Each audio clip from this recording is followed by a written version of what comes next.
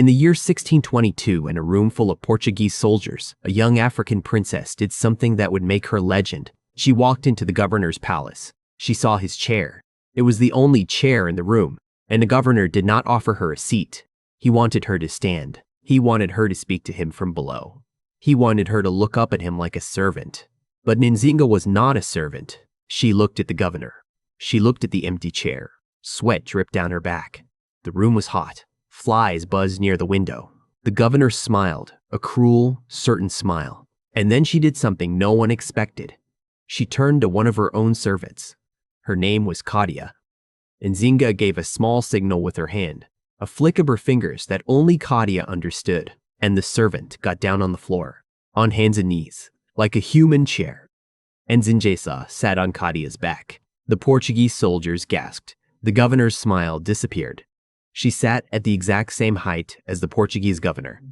Eye to eye, not below, not above, equal. In that one moment, she told the Portuguese everything they needed to know about her. I will not bow. I will not kneel. I will not look up to you. Today, you are not just going to learn English. You're going to meet one of the most brilliant, fearless, and underestimated leaders in all of human history. A woman who defeated a powerful empire using her mind, her courage, and her willingness to do what no one else would do. If you have ever felt underestimated, if you have ever been told you are not strong enough, not smart enough, or not important enough, if you have ever wanted to prove your critics wrong, then this story is not just for you. It is meant for you. Do you know the name Nzinga? Most people do not. Most history books do not teach her story. But she is one of the most remarkable leaders who ever lived. By the end of this video, you will understand why. Her full name was Nzinga Mbande. She was born in 1583 in what is now the country of Angola, on the west coast of Africa. Angola is in the southern part of Africa, near the Atlantic Ocean. At that time, the land was divided into several kingdoms. The two most important were called Ndongo and Matamba. Nzinga's father was the king of Ndongo. Now, here is the thing you need to understand about this time in history.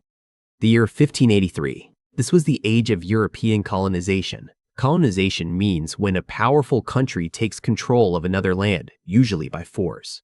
The Portuguese had arrived on the coast of Africa. They wanted slaves. They wanted land. They wanted power. The Portuguese were a problem for Nzinga's people. They came with guns. They came with ships. They came with an attitude of superiority. They believed they were better than the African people. In other words, they thought they had the right to take whatever they wanted. Nzinga was 8 years old when she first saw a Portuguese raid. She watched from a hilltop. Smoke rose from her village. Her mother held her hand tightly. Remember this? Her mother whispered. They call us savages, but savages do not burn children. That moment never left Nzinga. Nzinga grew up watching this. She saw the Portuguese take her people away in chains. She saw them burn villages. She saw them demand taxes, demand obedience, demand submission. Submission means accepting that someone else is in control. From a very young age, Nzinga decided she would never submit. But here's the truth. Nzinga was not born a queen. She was not born powerful. In fact, her early life was full of pain and loss. Her father was a strong king, but he had many children. Nzinga was not his favorite. She was a girl. In that culture, girls were not trained to rule. But her father noticed something special about her. She watched. She listened. She remembered everything. One evening, he called her to his chamber. He set up a game board, Mantala, a game of stones and strategy. This game, he said, is like ruling a kingdom. Every move has a consequence, but in real life, there is no second move. He taught her politics, how to negotiate, how to make deals, how to read people. He taught her war, how to plan attacks, how to defend a city, how to use the land as a weapon. Her mother taught her different lessons. A lion does not care what name the ant gives it, she said. The Portuguese call you a woman, but women have ruled this land before. You carry the blood of warriors. When Nzinga was still a young woman, her father died. This was a crisis for the kingdom. Crisis means a very dangerous or difficult situation. The Portuguese saw an opportunity. They moved quickly. They wanted to put a puppet king on the throne. A puppet king, a ruler who only does what the Portuguese tell him, would let them control everything. Nzinga's brother, Nzinga Mbande, became king. But he was weak. He was afraid of the Portuguese. He did not know how to fight them. The Portuguese took advantage. They demanded more and more. More land, more slaves, more taxes. They pushed the kingdom to the edge of destruction. In 1617, Nzinga's brother, Nzinga Mbande, became king. But he was weak and afraid. For years, the Portuguese pushed harder and harder. Then by 1622, he was desperate. He decided to send Nzinga to negotiate with the Portuguese governor. He thought she would fail. He thought the Portuguese would eat her alive. He thought she was too weak to handle them.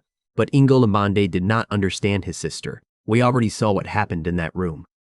But let me give you the full picture. Nzinga arrived at the Portuguese settlement in Luanda. She was 39 years old. She was a woman in a world of men. She was an African in a room full of Europeans. Everyone expected her to fail. The governor, João Correia de Sousa, had planned his humiliation carefully. One chair, one seat. He would sit, she would stand, and the whole world would see that she was beneath him. But Nzinga understood something deeper.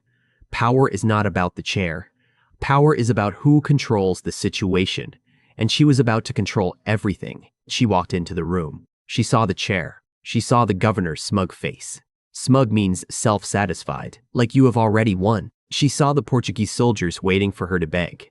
Then she gave her signal. Kadia knelt. Nzinga sat. And the balance of power shifted forever. Can you imagine sitting on a human chair? The courage it takes? The strength not to flinch? That was Nzinga. During that meeting, Nzinga did something even more brilliant. She agreed to a peace treaty with the Portuguese. But she made them agree to something first. She made them stop raiding her kingdom for slaves. She made them respect her borders. She made them treat her as an equal. Then she did something that shocked everyone. She converted to Christianity. She took a Portuguese name. She accepted baptism. Baptism is a religious ceremony where you are welcomed into the Christian faith. Why did she do this? Was she truly converting? Did she believe in the Portuguese God? No. Nzinga was playing a game. She understood that the Portuguese used religion as a weapon. They believed that if you were Christian, you were civilized. If you were not Christian, you were a savage. Savage means wild, uncivilized, less than human. Nzinga knew this was nonsense. But she also knew she could use their own beliefs against them. She became Christian on paper. She accepted baptism publicly. Then she went back to her kingdom and continued to practice her own religion in private. She outsmarted them. She gave them what they wanted on the surface, while keeping everything that mattered underneath. This is the first lesson from Nzinga's life. Lesson 1. Sometimes the smartest move is to let your enemy think they have won, but the peace treaty did not last. The Portuguese broke their promises. They continued to raid Nzinga's kingdom. They continued to take slaves. They pushed for more land. Nzinga's brother, the king, could not handle the pressure. One night in 1624, he called Nzinga to his room. He was crying. "I am not a king," he said. "I am a slave in my own palace." The next morning, they found him dead. What exactly happened that night? Historians still debate. Some say he took his own life, unable to bear the shame of defeat. Others believe that Nzinga, seeing no other path forward, made the hardest decision a sister could ever make. The truth may never be known. What we do know is this. By morning, the king was gone, and the kingdom needed a leader. The kingdom was now without a leader. The Portuguese moved quickly. They tried to put a puppet on the throne, but Nzinga was faster. She called a meeting of the royal council. The elders refused to accept a woman. "You are a girl," they said. "You cannot lead warriors." Nzinga held up her brother's ring. "He gave this to me before he died," she lied. "He wanted me to rule." Then she revealed her next move. She had already moved her army to the palace gates. The elders had no choice. But there was still a problem. Her brother's son, a young boy named Kaza, was the legal heir. Heir means someone who has a legal right to something. Nzinga knew that as long as Kaza lived, she would face rebellion. She made a terrible decision. According to some historians, she ordered Kaza's execution. Others say the boy died under unclear circumstances during the political chaos. What most agree on is this: Kaza did not survive to challenge her rule. It was brutal. It was violent. But Nzinga understood the world she lived in.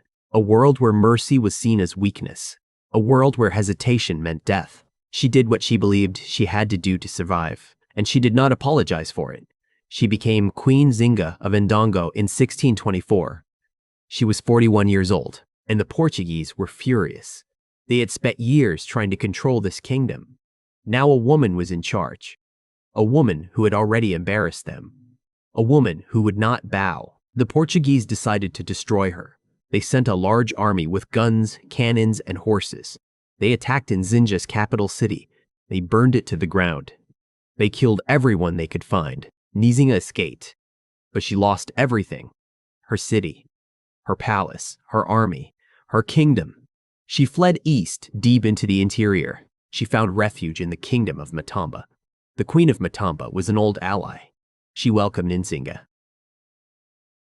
But Nzinga did not go to Matamba to hide. She went to Matamba to rebuild.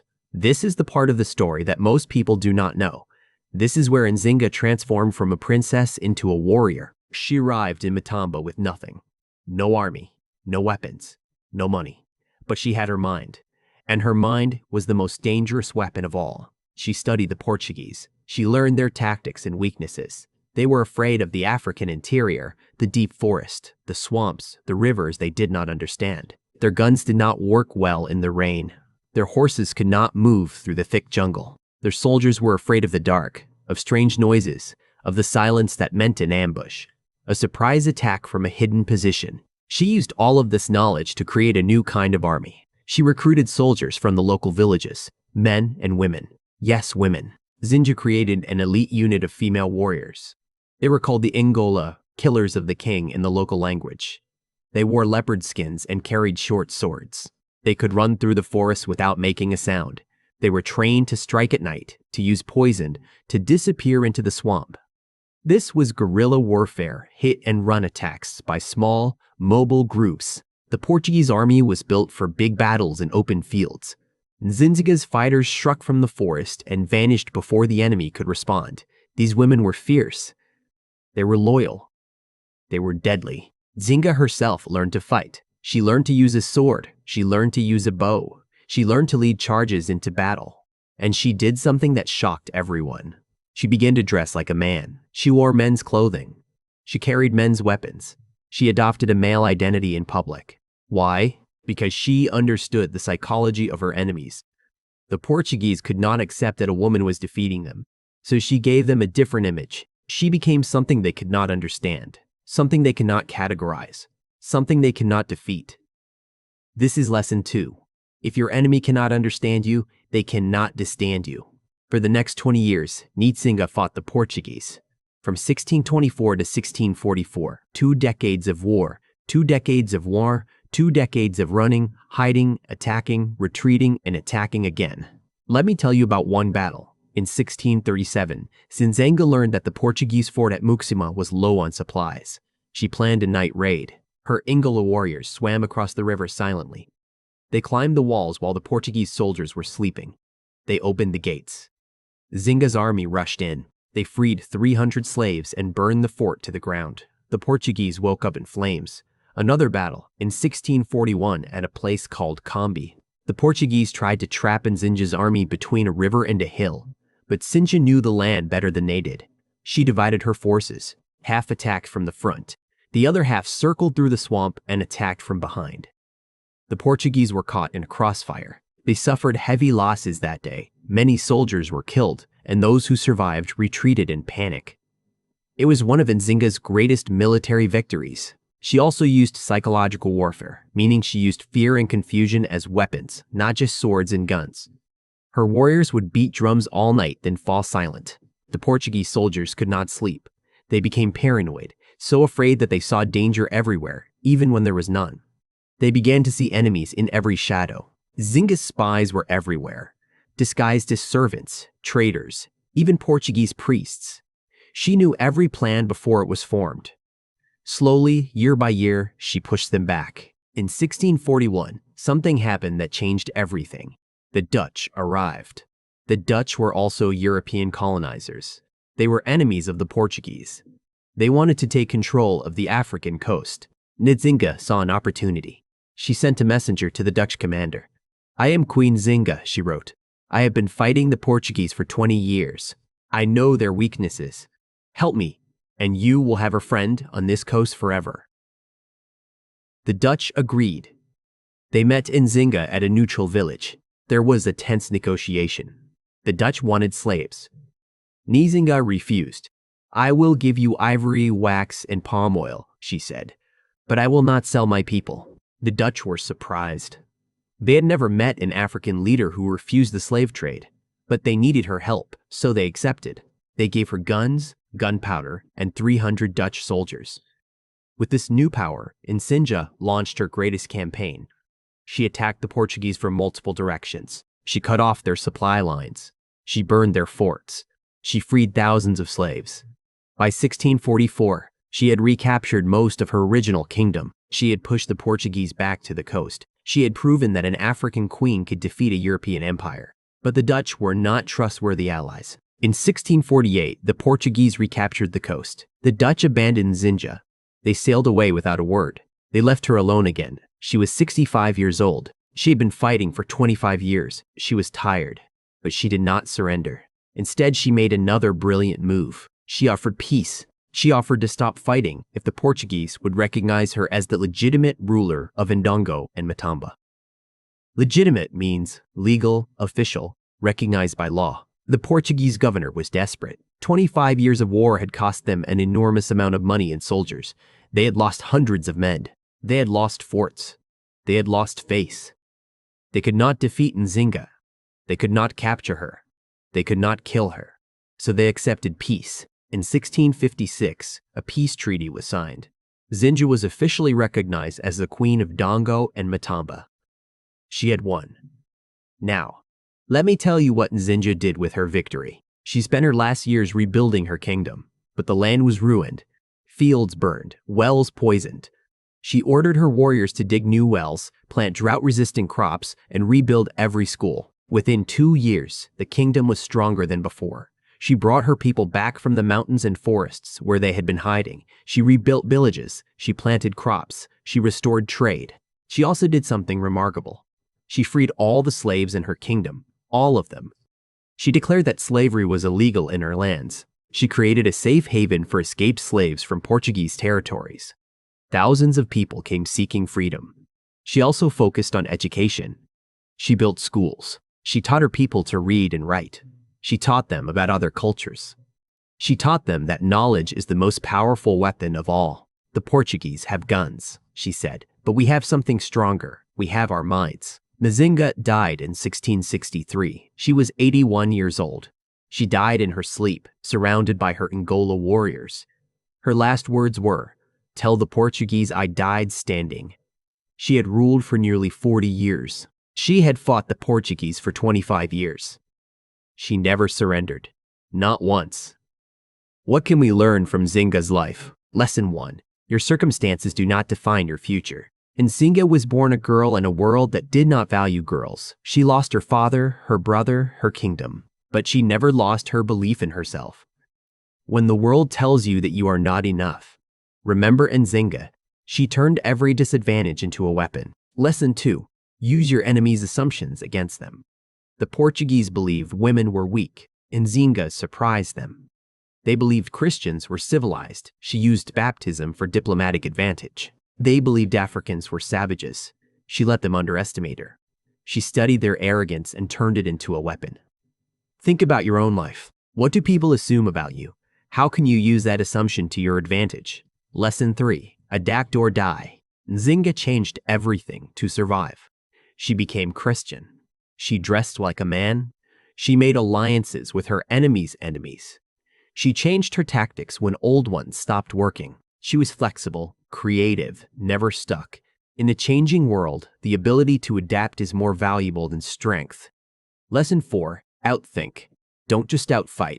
Nzinga never had the biggest army or the best weapons, but she studied her enemy's mind. She knew their fears, their pride, their blind spots, and she used that knowledge to win. Strategy beats brute force every time. Lesson 5. Never surrender. Nzinga fought for 25 years. She lost her kingdom, her capital, battles, allies. She was betrayed. She was abandoned. But she never gave up. She never accepted defeat. She never bowed. And in the end, she won. That is the most important lesson of all. As long as you are still fighting, you have not lost. Nzinga's story is not just a history lesson. It is a lesson about the human spirit, about what is possible when you refuse to accept the world as it is, about the power of courage, intelligence, and determination today. Nzinga is a national hero in Angola. Her face appears on the country's currency. Streets and schools carry her name. Her story is taught to every Angolan child. But her story belongs to the world, to anyone who has ever been told they're not enough, to anyone who has faced a powerful enemy, to anyone who has refused to bow. Now, here is your chance to practice. Think about an unfair belief you have faced, like Nzinga did. Write your answer in the comments in English. Use the vocabulary you learned today. Words like legitimate, alliance, ambush, puppet king, guerrilla, strategic. For example, people assumed I was too young to lead a team, but like Nzinga, I used their assumption against them. I worked twice as hard and proved them wrong. This is how you turn history into language progress. Subscribe to this channel. Every week, we bring you the greatest untold stories in history, told in simple English, so you can improve your language and your life at the same time. Before you go, ask yourself, is there an Nzinga inside you? Someone who refuses to bow? Someone who will sit at the same height as any obstacle? If so, let this story be your fuel. Thank you for watching. See you in the next one.